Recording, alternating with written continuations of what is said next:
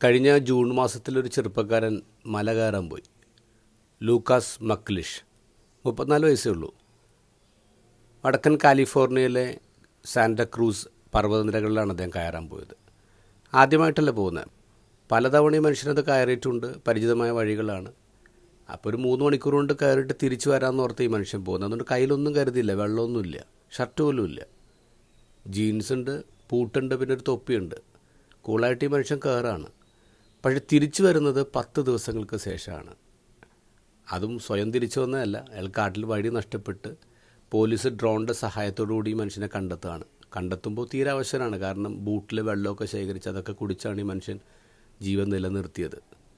ഈ മനുഷ്യന് അറിയാമായിരുന്ന വഴി എങ്ങനെ തെറ്റേ? പരിചിതമായിരുന്ന ചില അടയാളങ്ങൾ കാട്ടുതീയിൽ നശിച്ചുപോയി. അതാണ് സംഭവിച്ചത്.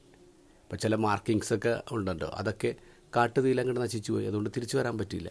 വീട്ടിലേക്കുള്ള വഴിയും ജീവിതത്തിലേക്കുള്ള വഴിയൊക്കെ നഷ്ടപ്പെട്ടു പോവാണ്. ചിലപ്പോൾ നമ്മുടെ ജീവിതത്തിൽ ഇങ്ങനെ പരിചിതമായ ചില അടയാളങ്ങൾ കാട്ടുതീയിൽ നശിച്ചു പോകാറുണ്ട്. ആ കാട്ടുതീയെക്കുറിച്ചാണ് ഇന്നത്തെ ഗോസ്പൽ ഈശോ പറയുന്നത്. അത് കൃത്യമായിട്ട് പറയുന്നുണ്ട്. സുഖലോലുപത, മദ്യാസക്തി, ജീവിത വ്യഗ്രത, ഇത് കാട്ടുതീയാണ്.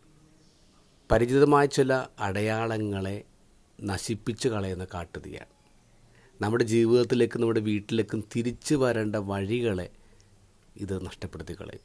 ഈശോ പറയുന്നത് നമ്മുടെ മനസ്സിനെ ദുർബലമാക്കുന്ന കാട്ടുതീയാണിത്.